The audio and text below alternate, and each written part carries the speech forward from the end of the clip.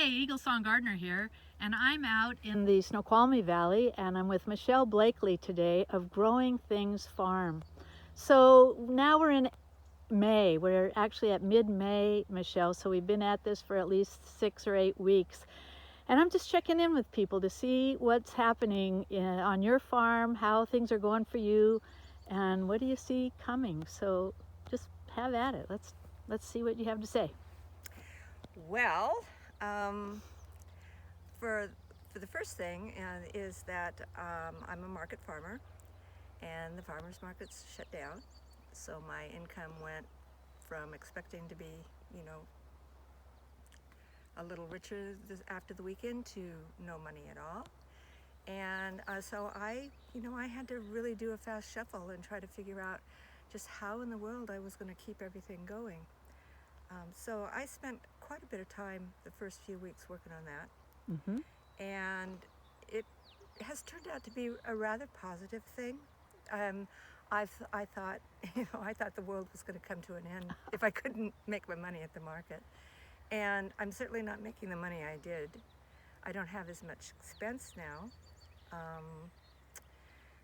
I don't have as much workload because I'm not schlepping things in. And while there are some real disadvantages to this, it's still for me a pretty nice pace. All right. I really like the pace. All right. As a market farmer, and I have to say that I'm not growing vegetables anymore, and that was incredibly tiring and exhausting and demanding, and let's use all those words. So that pace left a few years ago, I think 3 years ago, and so I slowed down a little bit more. Right. And now I can really move. Well, I still have a good 10 to 12 hour day. Mm-hmm. But it's not the back-breaking physical work, and it's not well, it's pouring down rain, and you've still got to get out there and harvest. Right. So you've actually sort of been practicing for this. I've been auditioning. Yes. Indeed, I love that. I've been auditioning and for this. and you know really that gardening, farming, is the slowest performing art. Yes, it is. I had somebody when I lived in Portland in my early 20s with my first husband. I had a friend come over, and he says, I've been observing you and John for quite some time now, and I've decided that your personalities fit exactly who you are and with what you do. And I said, what is that? He says, well, you garden, you farm, and like you put seeds in the ground, and you have patience, and you wait, and it comes, and it's just fine. He's a house painter, and he's got to slap that paint on and get it done right away and get the change. All right. I hear and you. and the reason I'm bringing that up is because I think it's a good analogy to what is going on here. It's like we're going through some sort of transition. Yeah. I feel there's going to be a positive thing. I don't feel negative about it. Uh-huh. I feel it can be dangerous. Mm-hmm. But I also think that it's a good idea to just kind of slow down and watch it grow and see what you harvest. You know what I mean? Yeah, I do know what you mean. And actually, I've been watching up and down the valley. A lot of people, because their market shifted, put out vegetable starts for sale. We came and got ours from you, and it's been great to see how much the larger public has been interested in taking on some of this grow your own food. Mm-hmm. And so I do see a shift coming too, because as we both know, the more people grow their own food, the more compassion they have for the people growing their food. That's right. That's right. Yeah, there was a notice in one of the seed catalogs when I was looking for a variety that I forgot to order in December. And luckily I had all my seeds. So, Right. But there was a notice up there that's saying, only commercial growers can buy right now. Yeah. We'll open up the seeds for, private people or to the public, in I think April 15th or something like that. Right.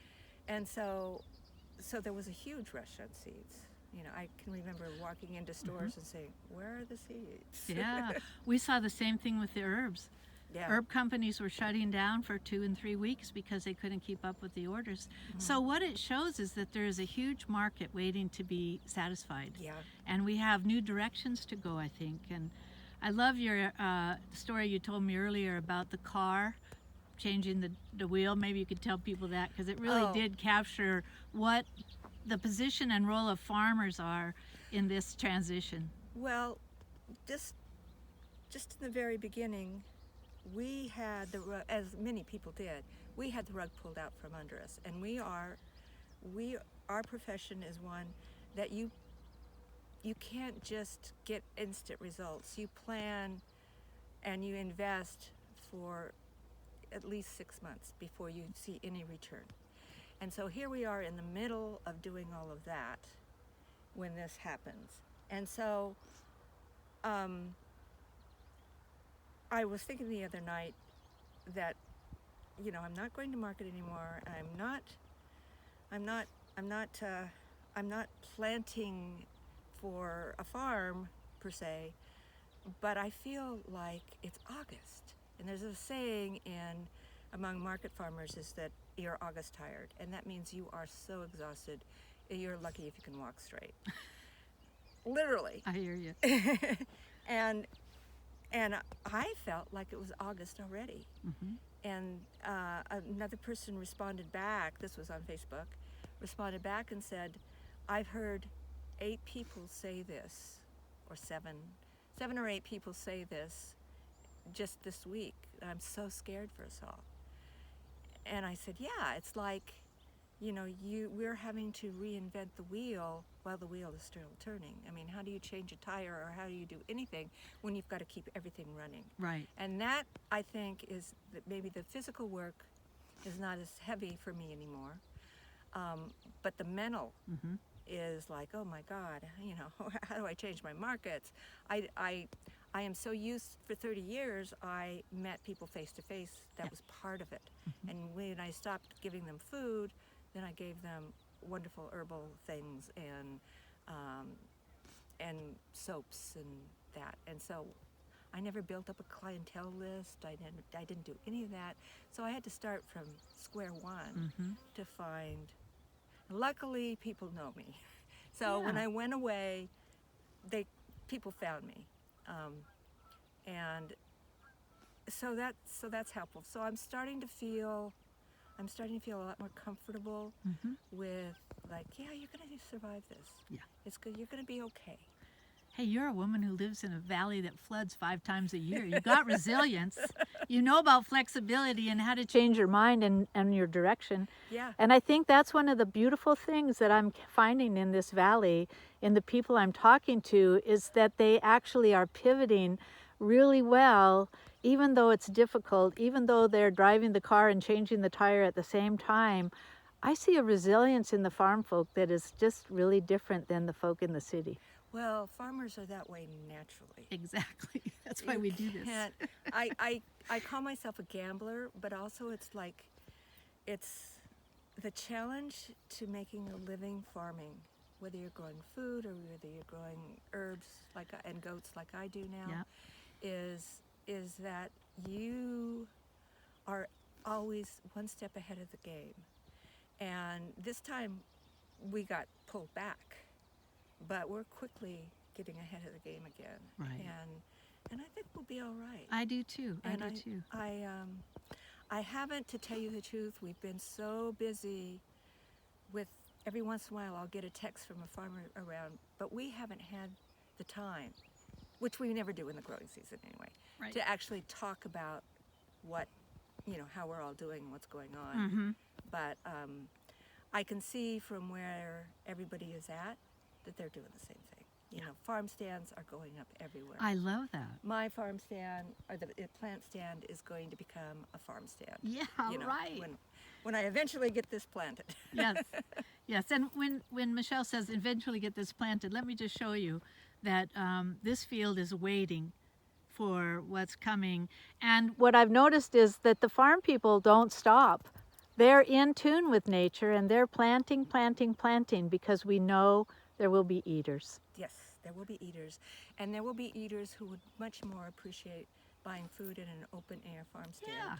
or from a CSA than walking into the grocery store where it's been handled so many times. Exactly.